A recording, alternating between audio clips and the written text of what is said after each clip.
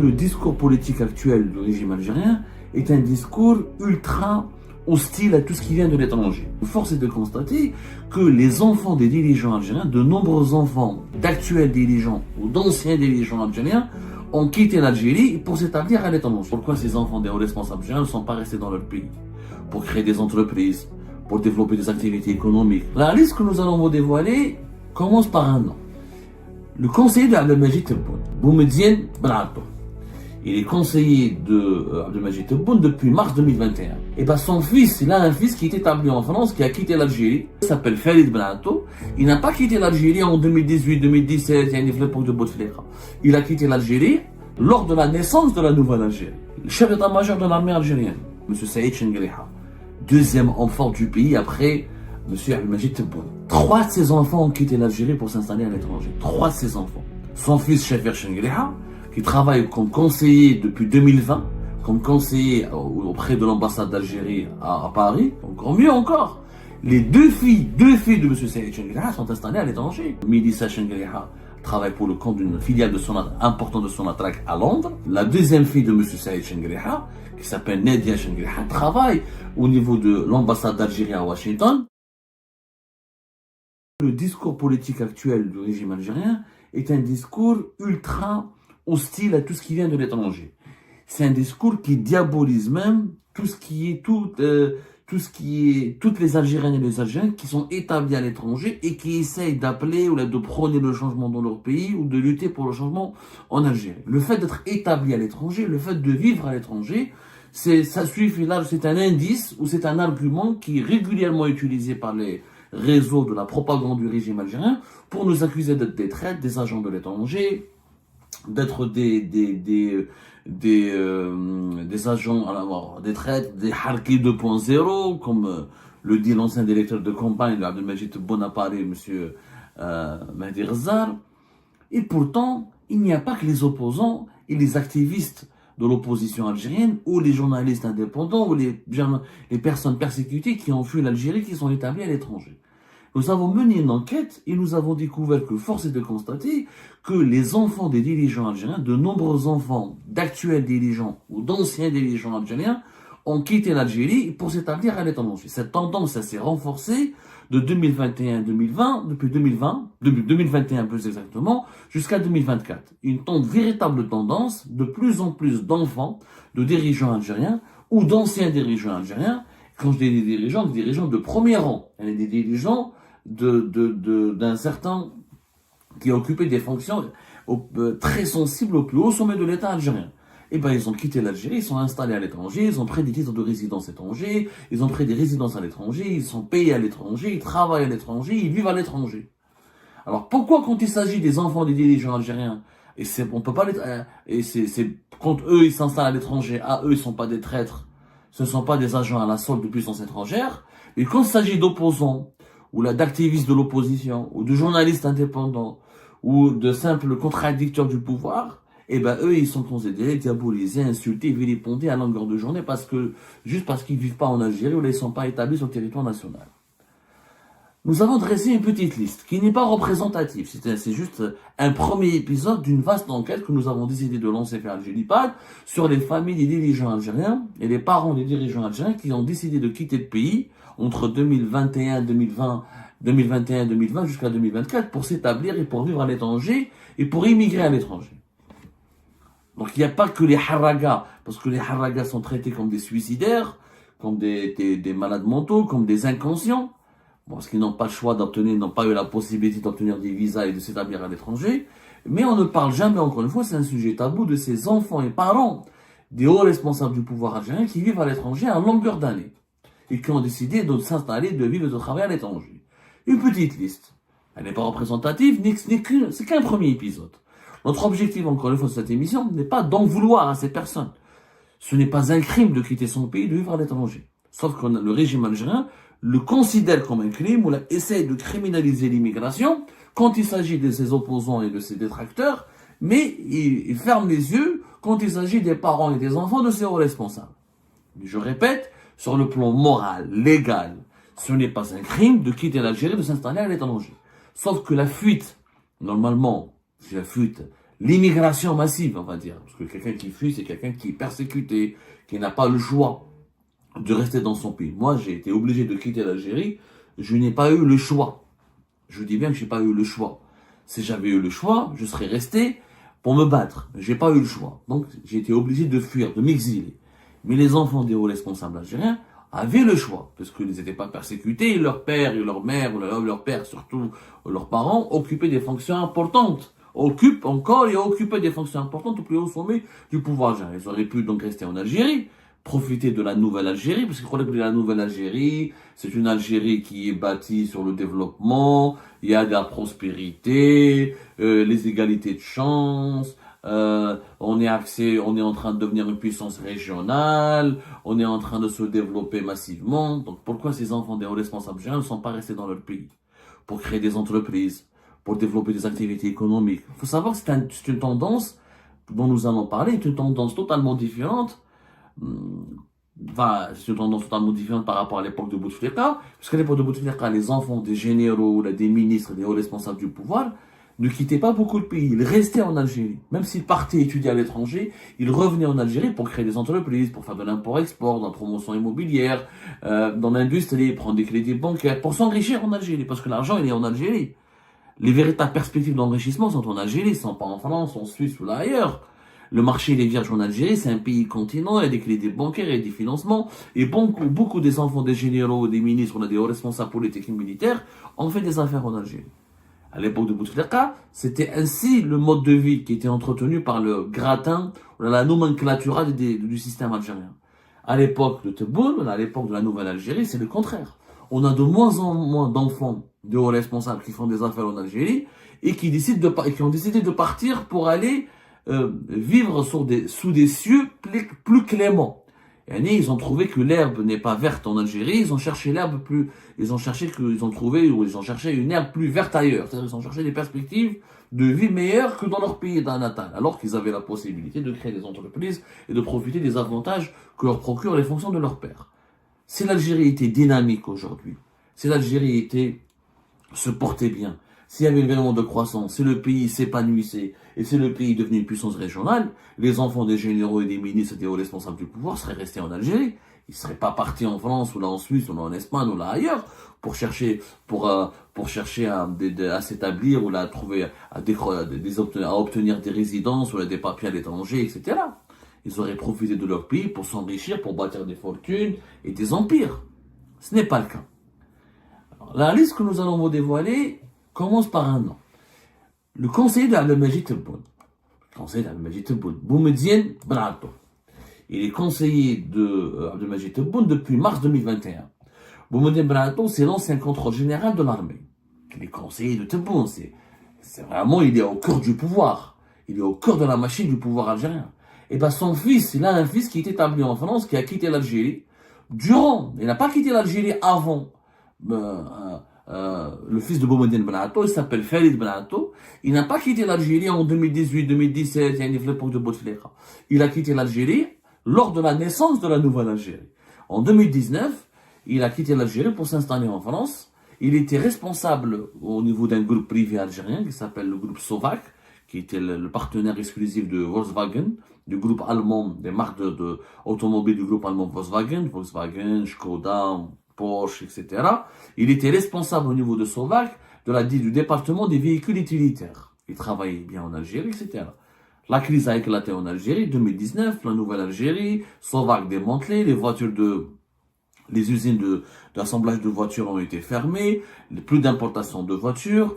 La voiture en Algérie aujourd'hui, elle coûte extrêmement cher. Je le dis et je le répète, je pense que l'Algérie aujourd'hui, parmi les 5 pays où les voitures sont les plus chères au monde, à cause des restrictions, des interdictions d'importation et des pénuries qui frappent le pays.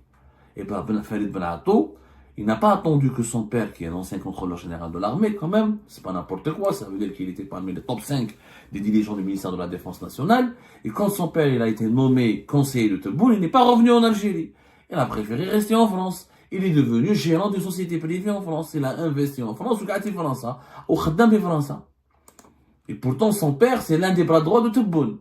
Lui-même n'a pas cru, le fils du conseiller de Tebboune n'a pas cru à cette nouvelle Algérie, puisqu'il n'est pas revenu en Algérie, il ne s'est pas réinstallé en Algérie, il a continué à vivre en Algérie, en France, où il gère, selon nos informations, une société d'entretien.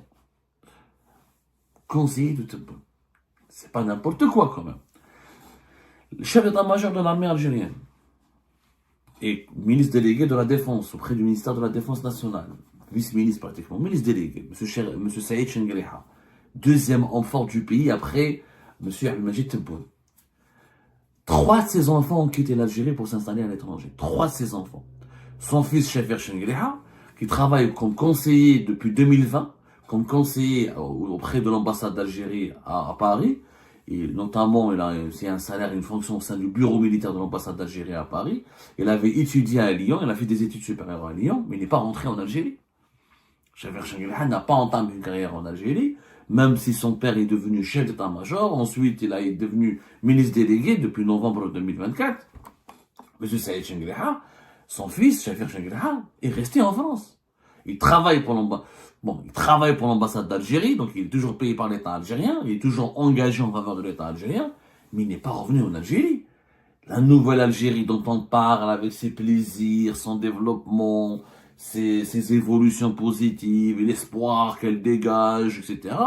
Et le fils du chef d'état-major de l'armée algérienne lui-même n'est pas très convaincu parce qu'il n'a pas demandé à revenir en Algérie, il n'a pas voulu revenir en Algérie, il continue à vivre en France. Mieux encore. Les deux filles de M. Saïd Chengueliha sont installées à l'étranger. Depuis septembre 2021, Mme Melissa Chengueliha travaille pour le compte d'une filiale importante de Sonatrach à Londres. Et depuis 2023, j'ai oublié le mois plus exactement, le mois précis, la deuxième fille de M. Saïd Chengueliha, qui s'appelle Nadia Chengueliha, travaille au niveau de l'ambassade d'Algérie à Washington, au niveau du bureau militaire de l'ambassade d'Algérie. Elle s'occupe d'un service social, selon nos informations, selon nos investigations, ou d'un bureau militaire de l'ambassade d'Algérie à Washington. 3 enfants de Saïd Chengueliha sont établis à l'étranger. C'est pas un crime, encore une fois. Je dis bien que c'est un pas. J'ai pas dit que Chafer Chengueliha et ses sœurs sont corrompus, etc. Loin de là. Je n'ai rien à leur reprocher. Ce n'est pas illégal, encore une fois. Ce n'est pas illégal. Ce qu'on peut s'interroger, par contre, sur le conflit d'intérêts. Leur père est chef d'état-major, et elle travaille pour, les filles et les garçons travaillent pour l'État algérien. Donc il y a un conflit d'intérêts. Est-ce qu'ils ont été recrutés par le Sonatrach à Londres et par l'ambassade d'Algérie à Paris, par l'ambassade d'Algérie à Washington, aux États-Unis, parce que les enfants de Chengueliha sont compétents? Est-ce qu'ils sont vraiment compétents? Est-ce qu'ils sont brillants? Est-ce qu'ils sont particulièrement, qu'est-ce qu'ils apportent réellement à l'État algérien? Ou parce qu'ils ont été recrutés uniquement parce que leur père est chef d'état-major? La question est légitime. Je pense que la réponse, malheureusement, penche pour la deuxième hypothèse. Moi, je pense que c'est une succession de conflits d'intérêts. Normalement, quand un haut responsable de l'État, il occupe des fonctions officielles, il faut éviter que ses enfants travaillent pour l'État. Notamment lorsqu'il s'agit de services publics ou d'institutions qui relèvent directement ou qui sont reliés directement à l'autorité que dirige leur père. C'est un conflit d'intérêts direct. Moi, j'aurais aimé que les enfants de Chengueliha travaillent pour l'État algérien, peut-être, mais dans un autre secteur totalement différent du secteur que dirige leur père. Mais j'aurais aimé en réalité, normalement, si on veut appliquer la morale et la loi pour être exemplaire, ton père est chef d'état-major de l'armée, tu ne travailles pas pour l'État. Tu travailles pour d'autres intérêts privés, tu fais des carrières, etc. pour éviter toute situation de conflit d'intérêts qui peut générer du trafic d'influence ou un risque avéré de corruption. Le problème n'est pas là. Mais aujourd'hui, l'émission, c'est même de dire est-ce que les enfants de Chengueliha ont été recrutés sur une base saine ou pas saine? Est-ce qu'ils méritent leur poste à l'étranger ou pas? Le fait est que il a 6 enfants de Chengueliha, 3 de ces enfants sont partis à l'étranger. Ils ne profitent pas de la nouvelle Algérie. Ils n'ont pas cru à la nouvelle Algérie. Sinon, ils auraient resté en Algérie. Ils n'ont pas ouvert d'entreprise en Algérie. Ils n'ont pas fait des affaires en Algérie. À l'époque, l'ancien chef d'état-major de l'armée, qui était avant Saïd Chengueliha, c'était le marhoum Gaïs Salah, ses enfants n'ont pas quitté l'Algérie. Les enfants de Gaïs Salah faisaient des affaires en Algérie. Parce que le pays était dynamique. Bon, les enfants de Gaïs Salah sont impliqués dans des affaires de corruption, sont impliqués dans des affaires de trafic d'influence, ils se sont liés à des hommes d'affaires véreux, mais ils sont restés en Algérie. Ils ont entrepris, ils ont fait de la promotion immobilière, ils ont ouvert des entreprises, ils ont fait du commerce, de gros comme de détail, ils ont essayé de faire de la petite industrie. Ils sont restés en Algérie parce qu'à l'époque, Quand une fois l'Algérie de Bouteflika, elle était dynamique. Il y avait des perspectives économiques, il y avait une vraie croissance, il y avait une ouverture, il y avait des projets qui étaient initiés. C'est pas le cas aujourd'hui. C'est ce qui explique peut-être pourquoi les 3 enfants de Saïd Chagriha, 2 filles et un garçon, ont décidé de partir et de quitter leur pays pour s'installer définitivement, je dis bien définitivement à l'étranger. Et ça soulève des interrogations entre, ça s'est passé encore une fois entre 2020 et 2024. C'est la période étudiée par nos investigations.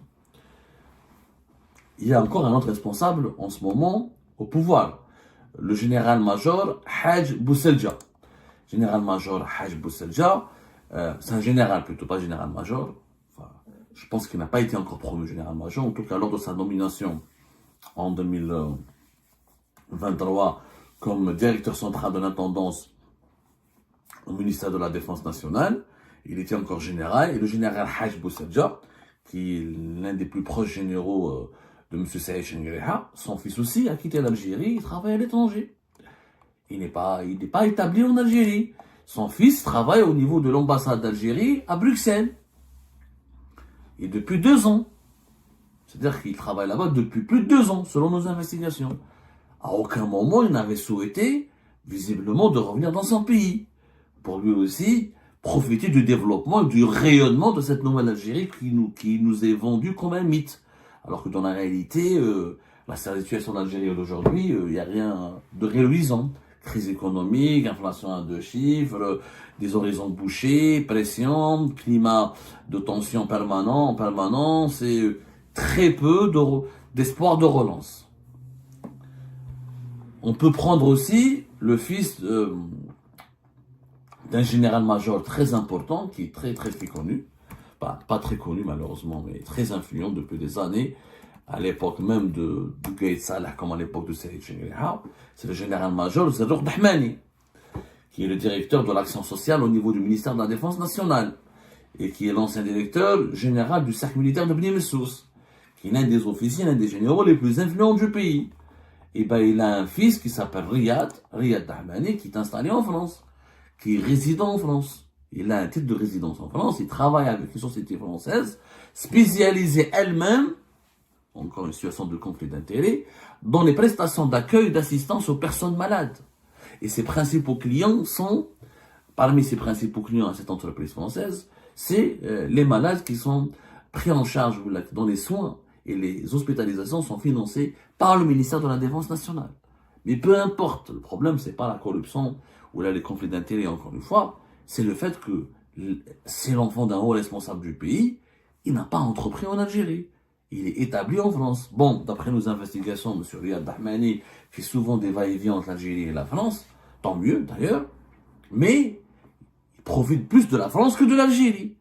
Donc, la nouvelle Algérie ne lui fournit peut-être pas assez d'espoir, ne le comble pas suffisamment pour le pousser et l'inciter, le motiver à rester en Algérie, à rester dans son pays natal et à entreprendre, à créer de la richesse dans son propre pays, comme le faisaient plusieurs anciens fils de généraux à l'époque de Bouteflika, par exemple. La liste, elle est encore longue. Je peux aller m'attarder. Par exemple, le général-major Mejdoud, dont nous en avons parlé plusieurs fois, et la vérité, quand le fois je ne critique pas, je parle du général-major Djamel Khal Mejdoub, qui était patron de la DGSI, la Direction Générale de la Sécurité Intérieure, entre 2022 à 2023, voilà. Il avait été transféré, voilà, depuis juillet 2022, de 2022 à 2024. Il a été remplacé en juin 2024 par Nasser Djen, l'actuel patron de la DGSI. Général-major Djamel Khal Mejdoub. Nesmelah, je le dis encore une fois, Nesmelah, c'est quelqu'un vraiment d'incorruptible. Il avait une grande carrière au service de l'État algérien et il avait occupé des postes très importants comme par exemple la Direction Générale de la Sécurité et de la Protection Présidentielle. Il était attaché militaire à l'étranger à maintes reprises.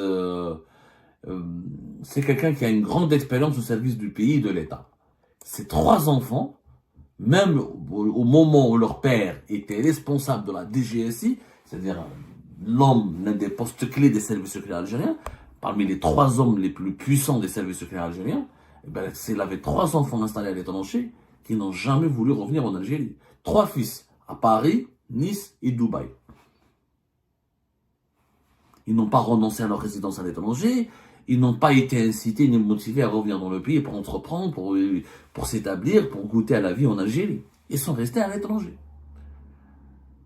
Ça s'est passé aussi entre 2020 et 2024, parce que leur père était responsable de la DGSI de 2022 à 2024. La liste est encore longue. Il y avait par exemple, il y a des enfants d'anciens responsables militaires importants. Par exemple, une figure centrale. Qui ne connaît pas Mohamed Lamari? Mohamed Lamari, Allah yarhamou. Ancien chef d'état-major, il est l'une des figures emblématiques de l'institution militaire algérienne. C'était pas n'importe qui, Mohamed Lamari.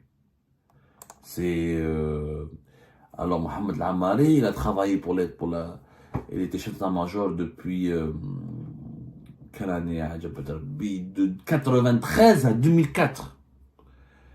De 93 à 2004. C'est l'un des plus anciens,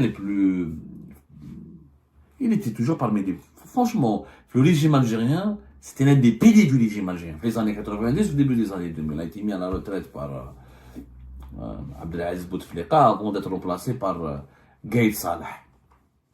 C'est lui qui l'a remplacé. Je rappelle que Mohamed Lamari est mort le 13 février à l'hôpital de Tolga dans le village de Biskra. 13 février 2012. C'était un homme puissant, c'était un homme influent, c'était l'une des boîtes noires du régime algérien.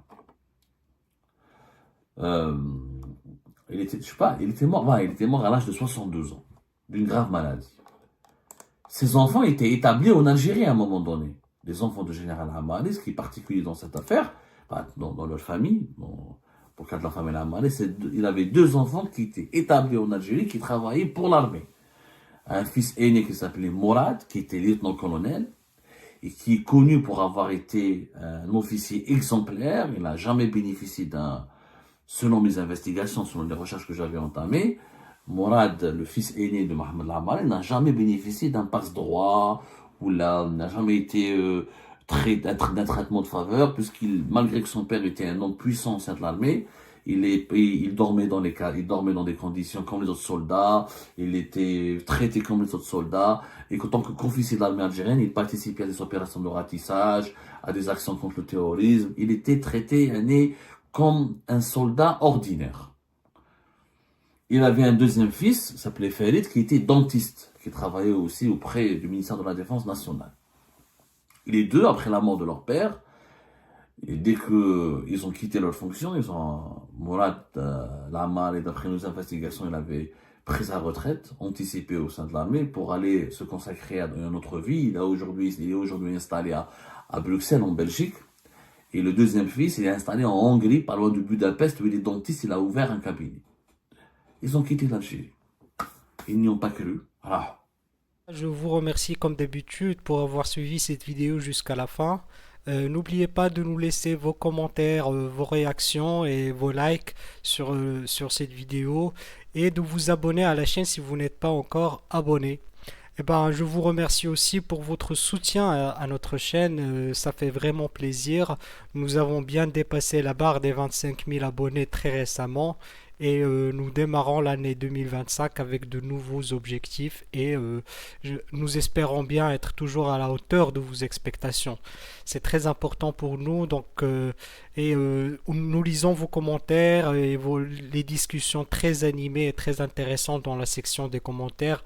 Donc c'est un petit peu aussi le but de nos vidéos et de ces capsules, c'est de pouvoir discuter entre nous et de se partager les différents points de vue. Donc voilà, merci encore une fois pour votre soutien et à la prochaine dans une nouvelle vidéo. Au revoir.